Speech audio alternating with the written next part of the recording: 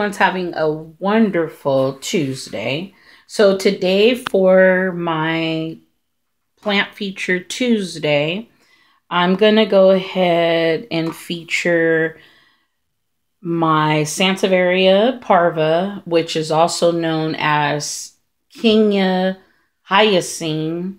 There's a plant that's called a hyacinth flower. It's an actual flower, and so that's what this is nicknamed after. It is part of the asparagus family, just like the Sansevieria is. But the flower on here, that's why it has that nickname, and it's similar to it, and it smells. It's supposed to smell like it. I've never smelled one of those flowers before, but I have smelled this flower.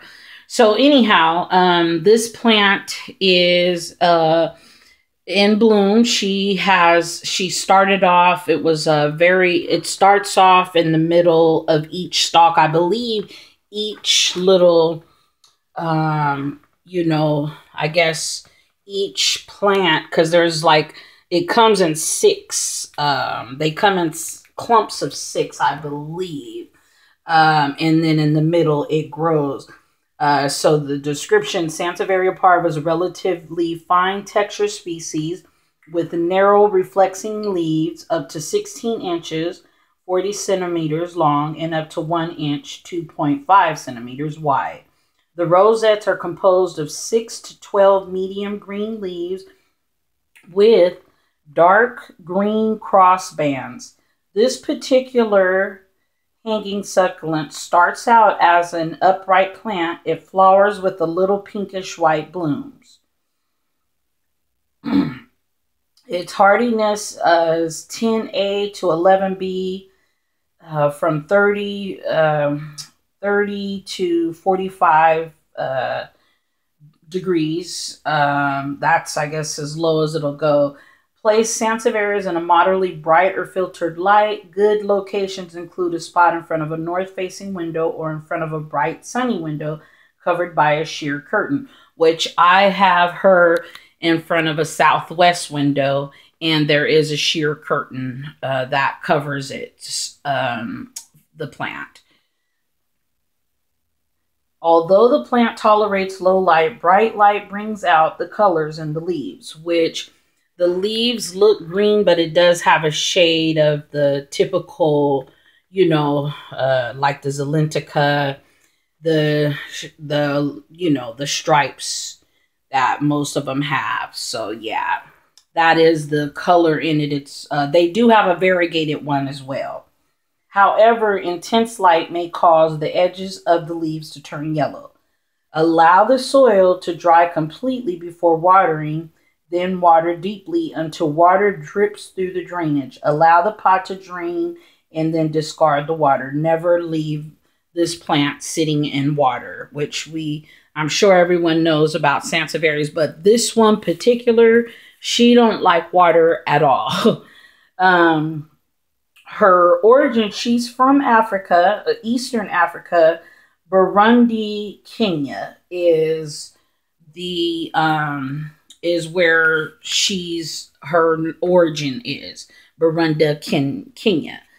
So, I have her in front of a southwest window. There is a sheer, but I pretty much pull the sheer back when it's not intense.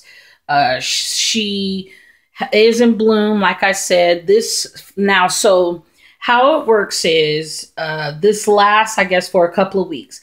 She closes up pretty much during the day and opens up at night, just like how they kick off oxygen at nighttime. The Sansevierias kick off, oxygen at night. That's why they say they're great for your bedroom to, put in your room, because they give off oxygen, which I can contest. That's the truth. One day I'm going to do a whole thing on Sansevierias, because I collect these guys, and I've been doing a lot of studying, but I'm just going to go briefly over her, and then one day I will go over Sansevieria and all the stuff that I've learned. So yeah, so anyhow, her flower does pretty much close during the day, open up at night. I can't really describe how it does that, but as you see, it's daytime right now. But at night, I filmed her the other night just to show also. And I took so many pictures. I'm just so excited because it's like a rare thing. You rarely get to see blooms on Sansevierias, but hopefully she does it for me every year. They supposedly flower late winter, early spring. That's when they flower, and then it lasts for a couple of weeks, and then the stalk just dies off. But the plant don't die off like some bromeliads, I believe, and other plants. When they flower, it will die off or something like that, or even air plants, I believe. But Sansevierias don't do that. So yeah, this plant smells amazing at nighttime.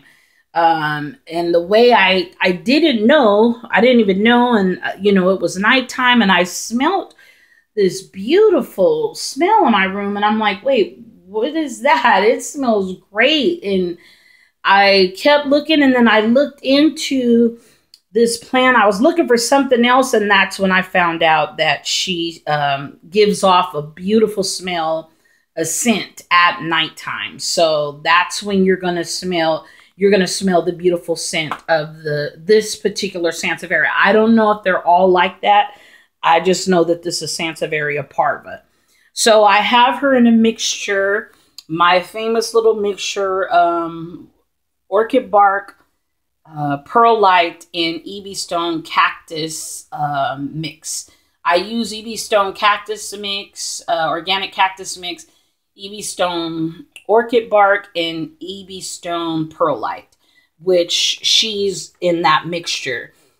She does have, like I said, this is going to be a whole nother clump. So basically they grow in clumps like this. I had to cut a lot of her leaves off. She's very, very, very sensitive to water. And moving her around, she'll drop buds, which I learned because she dropped a lot of her buds. So Miss Thing don't like to be moved around.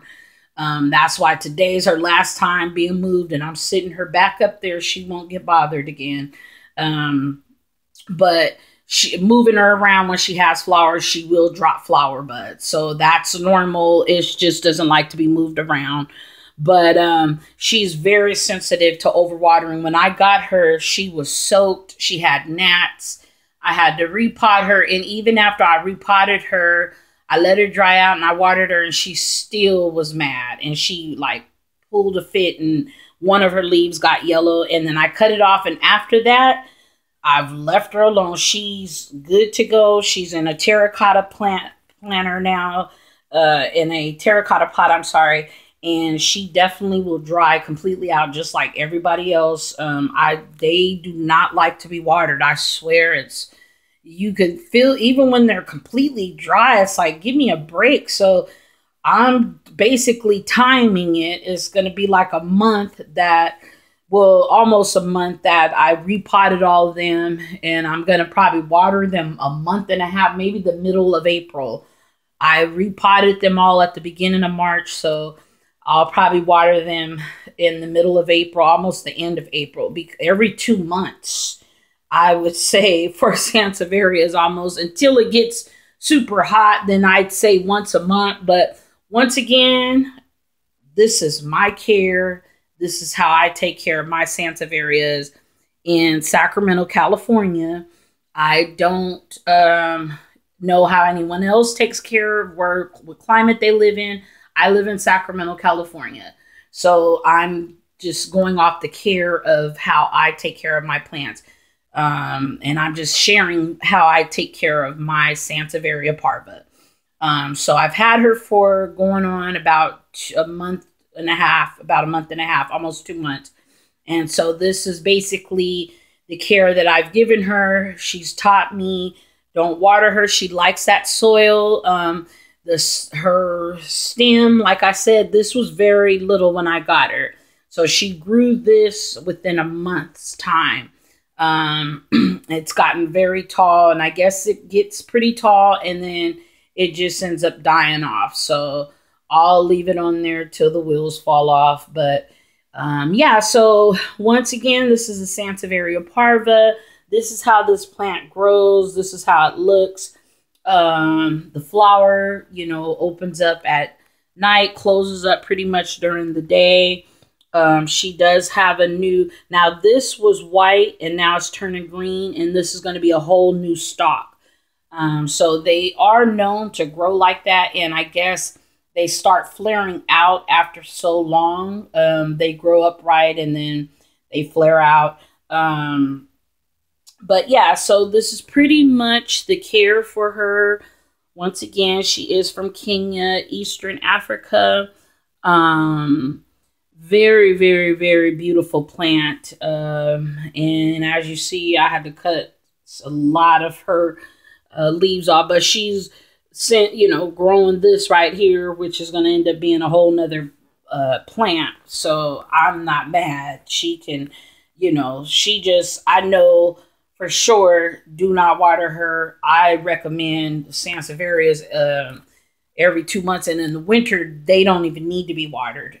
You can water them real good like October and don't water them again till March. That's what I did pretty much. I repotted all of them in March and I left them dry, and none of them are dead. So and I have a lot of Sansevierias. That's what I specialize in and love, are Sansevierias. So so yeah, so she's part of my plant feature Tuesday. As you see, she does have, you know, the typical mother-in-law's tongues, Sansevieria striping. See if I can zoom in a little bit on her leaves, because these are the designs that she has. It's just the typical, you know, lines that they have. And then this is how it grows, like in a stalk, pretty much. There's the flowers. They're closed up during the day, and then nighttime they open. Like I've heard, it lasts for about 2 weeks, or a week to 2 weeks. So I'm just going to enjoy it while she's here, and I'll let her just, once it, you know, stops, I'll let her die off. And the stalk is pretty thick that she's attached to. So the flower is attached to. So we'll see. And I'll probably end up saving her. Even when she dies off, I'll probably pull her off and just save her, let her dry out and put her in a vase or something, or put her next to her so she'll know it's hers. But I'm hoping that I get more.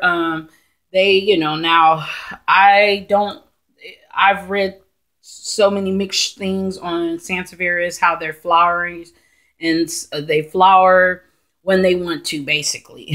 So these plants, once again, they're good for oxygen at night. And they also have a flower that smells beautiful at nighttime too. So when you get ready to go to sleep, you've got oxygen in a flower. So this is why more to get, you know, Sansevierias and put them in your room and enjoy them. They're not just these boring plants that you see in the hospitals. Well, they're in the hospitals for a reason. When you go into hospitals, you will see a bunch of Sansevierias, Chinese evergreens. They're in there for a reason. So not just because they take low light, they clean the air. So that's her. This is my Sansevieria parva. Once again, she's named, you know, she has that nickname because there's a flower, that also, so that's her nickname. And I hope everyone enjoyed this video. I hope I was very thorough. I gave you the potting mix that she's in. She's in a clay pot. It's a clay 6-inch pot, actually. I did repot her just recently. She doesn't need to be moved. She doesn't like being moved around when she's in bloom.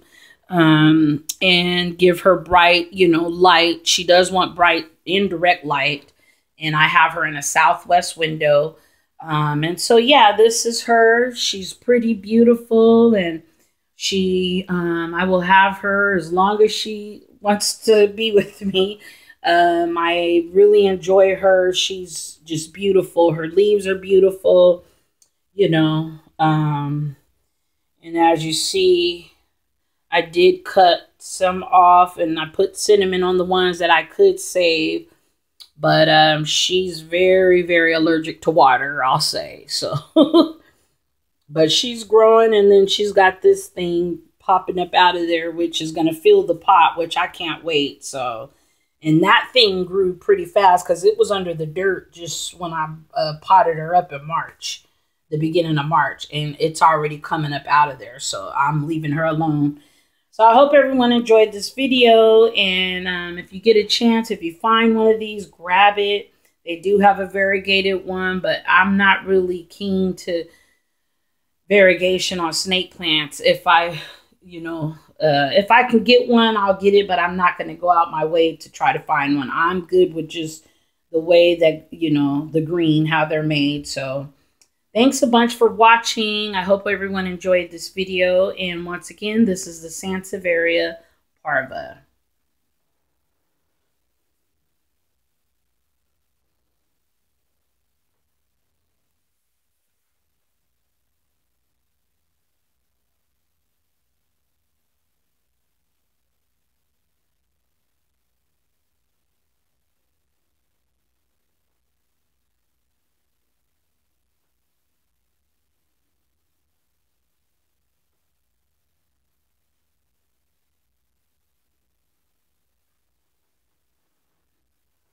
All right. Thanks for watching. Have a blessed week.